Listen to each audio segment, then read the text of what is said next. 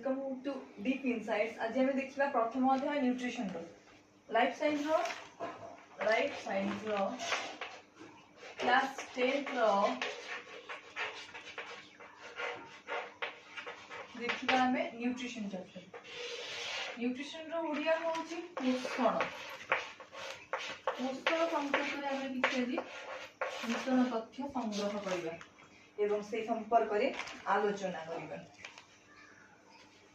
देखिबा हमें शरीर रे समन्वित हेउथिबा असंख्य जैव रासायनिक प्रक्रिया जो जीवन रो धारा अभ्याहत होई रहिଥାଏ।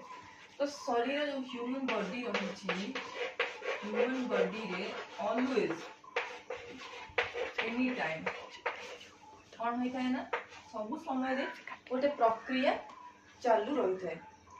तो सही प्रक्रिया कोन होय ना, सही प्रक्रिया जो पर्यंत चालू रहिथो से पर्यंत कोन हबो ना, गोटे लोकटा जीवित रहिबो, लिव रहिबो। एंड जेतबे से प्रक्रिया बंद हे जिवो से मृत घोषित हो जिवो। तो ताको कोन कहै से प्रक्रिया गुडी जो ह्यूमन बॉडी रे जो प्रक्रिया हुए ताको आमे कहू जैव रासायनिक प्रक्रिया।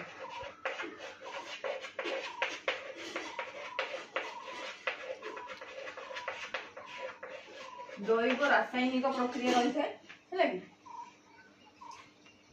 यही सब प्रक्रिया जो रही है, सब प्रक्रिया में हमर कोन दरकार, एनर्जी दरकार। एनर्जी बॉडी एनर्जी नीड करे सब प्रक्रिया को करबा।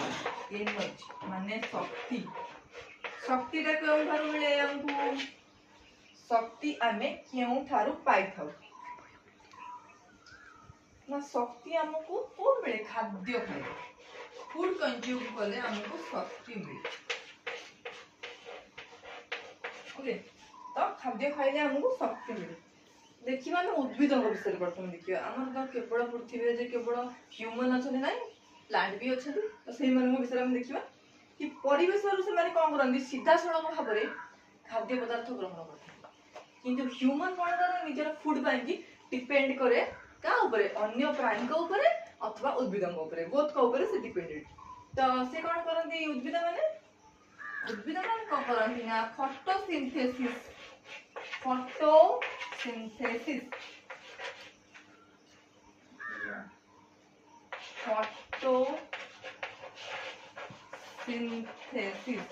ओडिया रे होची आलोक श्लेषण। आलोक श्लेषण प्रक्रिया से माने निज खाद्य को निजे प्रस्तुत करन। तापर कोन करन, एई भली भाबरे से माने परिवेश रे एनवायरनमेंट को कोन करन, एनवायरनमेंट रो